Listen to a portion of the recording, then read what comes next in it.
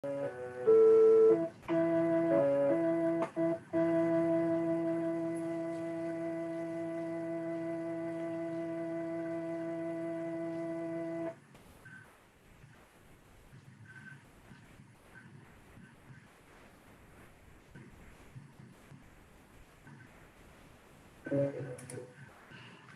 hello, hello. It's about 12 noon on Tuesday, a big day for the United States of America, November 3rd, Election Day. From joy I came, for joy I live, in sacred joy I melt again. From joy I came, for joy I live, in sacred joy I melt again.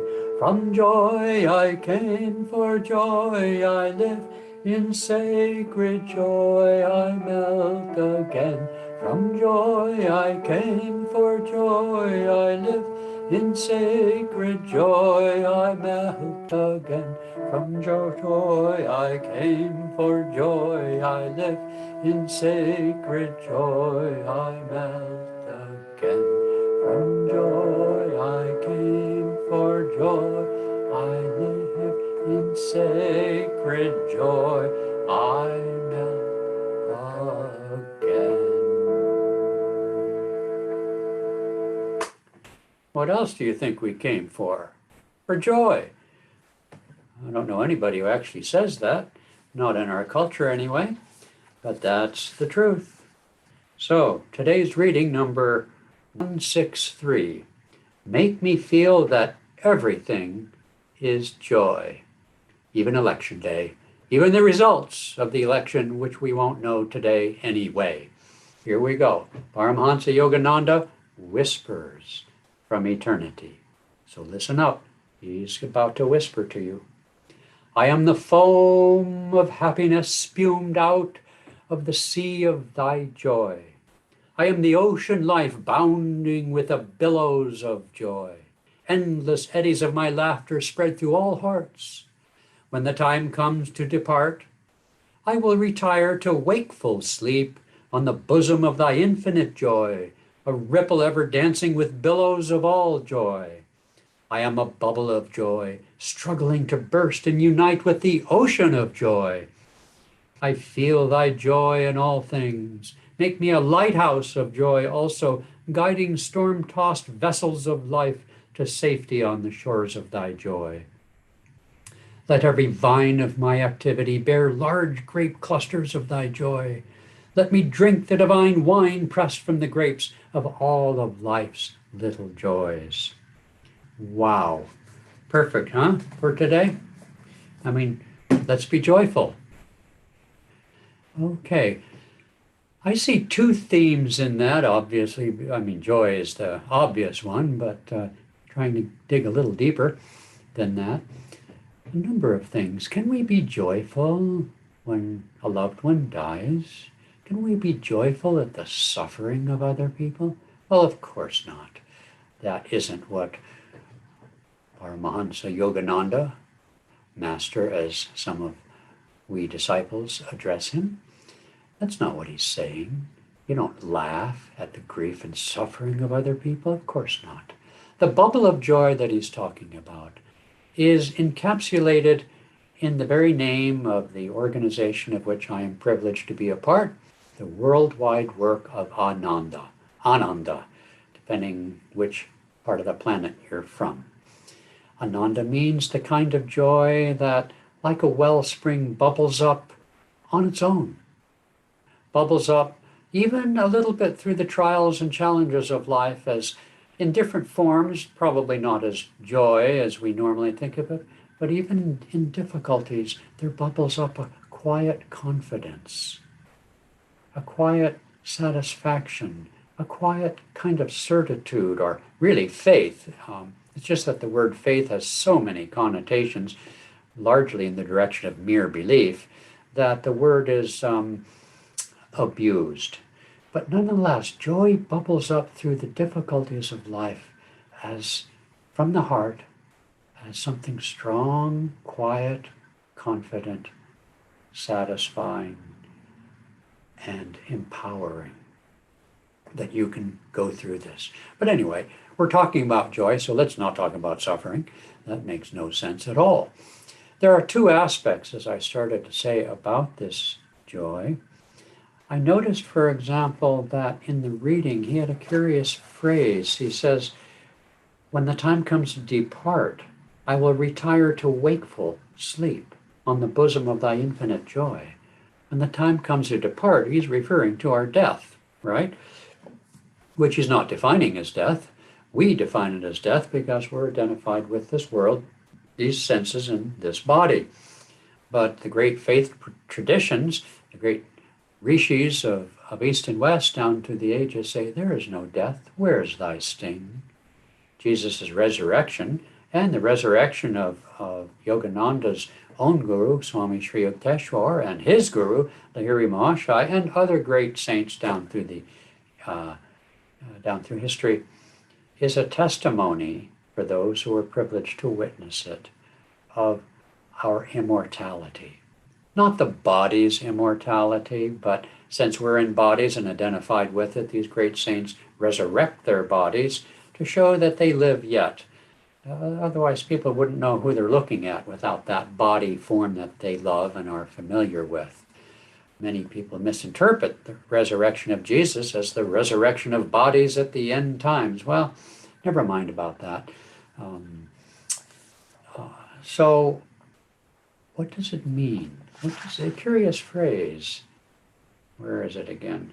I will retire to wakeful sleep. What the heck is wakeful sleep? Well, it's something very important, and I'm just going to touch on it briefly. Try to imagine your consciousness, who you would be and what you would feel if you didn't have a physical body. If you didn't have this thing, the brain and nervous system, the 5 senses, 10 senses, whatever.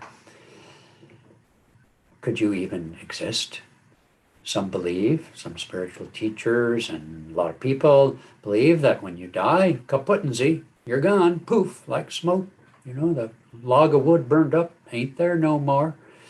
But that's not what the great ones tell us. We survive the death of this physical body. But what survives exactly? Are you just your good old self bouncing around in heaven somewhere, hopefully not in that other place? You know, with a white robe and a harp and, oh yeah, there's mom, hi dad, you know, all that kind of stuff. Well, nothing wrong with any of that, but we are children of God. What would a child of God be if not a spirit, if not pure, immortal, omniscient, free of sin, free of bad karma? Of course, it's very hard for us to imagine wakeful sleep.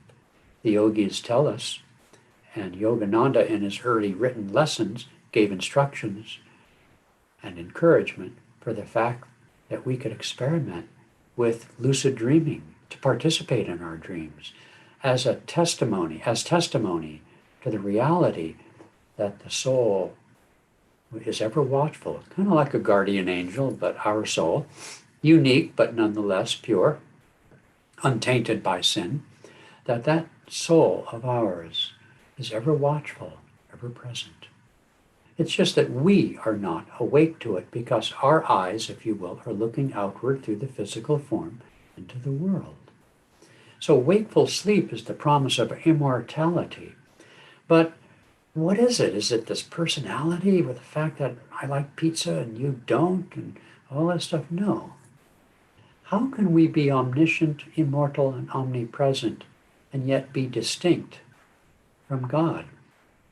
Well, that's a question I can't answer from my experience. I can't even answer it with the intellect, but that is the promise, that is the teaching at least of Paramahansa Yogananda, and on its own context it makes sense. One way to look at it is that God, which is infinite, has in the divine memory you, even in your false identification, in your lifetime as what you are right now. And so that you lives on in infinity. But even that isn't what Yogananda taught. He said that the soul, at the time of its creation, has a unique stamp. What that stamp is, it's not personality, it's not karma, it's not sin, but a unique stamp of a mix perhaps of attributes, divine attributes, mind you, but attributes unique to your manifestation. If nothing else, I can say the uniqueness of our manifestation takes place in time and place. But I think it's more than that. But my second point is I had a nice long talk with a friend here in the community, and it has to do with being and doing. Because the other thing that he said, very curious, let every vine of my activity bear large grape clusters of thy joy. Let every vine of my... So the vine means it's coming out from the root, okay, out into the world, let's say through our body, through our words, through our thoughts, and our activities is the word that he uses. Let's see, doggone it, I got a text message. Hope you're all hearing me. Okay, something else. Never mind, I should have turned it off. Anyway, let every vine of my activity, what this means is that this bubble of joy that he's talking about, this soul that I've been talking about, this omniscient, immortal, omnipresent, ever joyful soul can participate, the being can participate in the doing. And the prayer that he gives us is, of course, the challenge we have as spiritual beings to bring into life, bring into work, bring into the world the Spirit. We are the children of God, and we have been commanded to know, love, and serve God as our very own self, to serve one another as beings of light. And so the conversation I had is a challenging one, sort of intellectually, well, maybe not intellectually, but a challenging one to actually manifest, which is how to bring the joy of meditation, the joy of prayer, the feeling of God's presence into intense activity. In this case, this person does a lot of detailed work, a sort of a tech job, as it was put. And so, but we have to practice, though. And we practice by having periods of recollectedness, mindfulness, practicing the presence throughout the day until it grows and it grows. But when you're in the midst of a battle of activity, the work you got to do and stuff, you can't. You know, the teaching that we've received under the heading of mindfulness is if you're sitting, everything you're doing is you're sort of flowing through life and you're hogwash. We don't live in a monastery. We don't live on a hilltop or in a cave. We have to do the battle. And so the Bhagavad Gita, Krishna teaches that it's only after our action can we really see the consequences of our consciousness and our actions. But we can bring the feeling of vitality, the feeling of courage, the feeling of various divine qualities into our work. We can affirm that we are but a channel for the soul, which is a channel in turn for the divine light. And so this bubble of joy that he's talking about, it isn't just the emotion of feel good. It isn't just the emotion of success or whatever it might be, of your party winning the election. No, it's something much deeper. But our commandment, our duty in life, is to bring the joy of God into life, because all life is but a manifestation of that bubble of joy. Joy to you, and today is Tuesday, so tomorrow you get to listen to Padma, and I'm going to sign us off